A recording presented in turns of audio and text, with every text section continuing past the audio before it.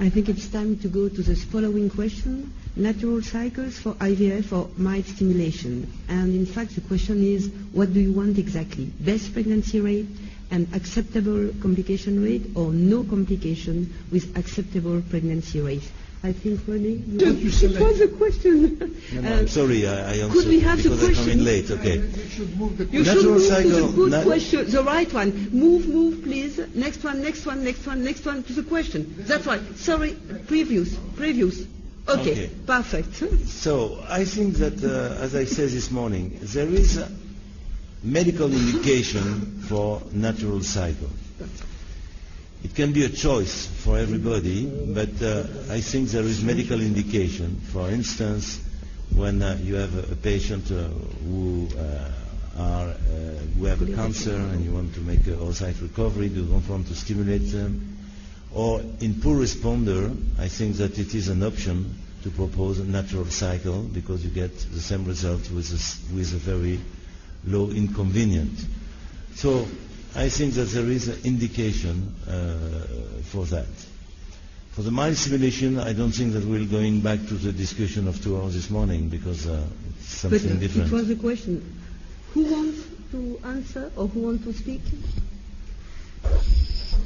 Maybe we should ask the audience, how many of you are using natural cycle at all in any part of the clinic? So very few, I guess it's less than 5%. How many of you use exclusively mild stimulation, which means they do not go over very small amount of, it's already taking the next question, I guess, because most of the people then are using conventional stimulation. How many of you using conventional stimulation? So I think the people have spoken and say their words, so that's why it is debatable and questionable where should we go with the stimulation. Mr. Daya, you want to speak? The concept of the pure natural cycle seemed to have some merit initially, but when you look at the evidence, we're still struggling with low rates of success, but the cost from the laboratory is still quite high. If you look at minimal stimulation, you will then improve the chance of success, but we still have the same problem with the costs in the lab. And when you look at it from a cost perspective, and I have to keep coming back to this issue of cost because that's what it boils down for patients, most women are willing to fork out the money for a conventional stimulation because you get not only an opportunity in a fresh cycle, but you also have frozen embryos that you could use later on.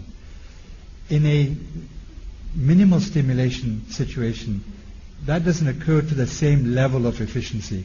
So unless we can bring down the costs of the laboratory, I think that the issue of the minimal stimulation or the true natural cycle is still one of debate.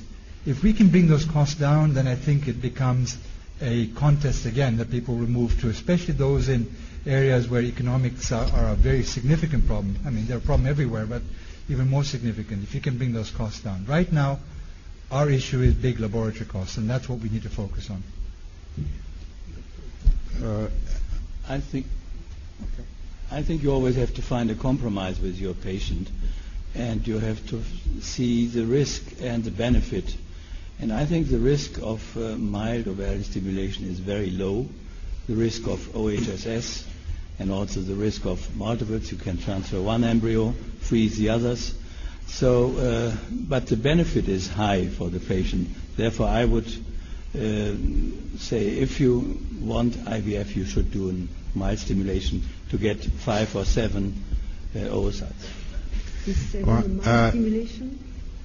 Is 7 oocytes a mild stimulation? That's the question. 5 to 7. Oh, okay. in an 18-year-old. I will politely disagree with Professor Dietrich. And I don't want to preempt my talk on Sunday, but I think what Professor Dyer said is absolutely correct on the cost front. But I also think that the issue is really an even larger one that affects our specialty in a much wider sense. And I think the issue can be framed in a simple question, and that question is, are our patients entitled to maximum IVF pregnancy rates? If you believe that the answer to that is affirmative, that our patients are entitled to maximal pregnancy rates, then I think it is time for us to do exactly that. Give them maximum pregnancy rates. And if we have ideas such as mild stimulation or natural stimulation or PGS to improve outcomes or whatever the grand idea of the moment may be, then those should be done as investigational studies with full informed consent, because patients want nothing more when they come to us than to get pregnant quickly. Okay, if I understand, all of us, we want the best pregnancy rate. So next one for you. Well, the next question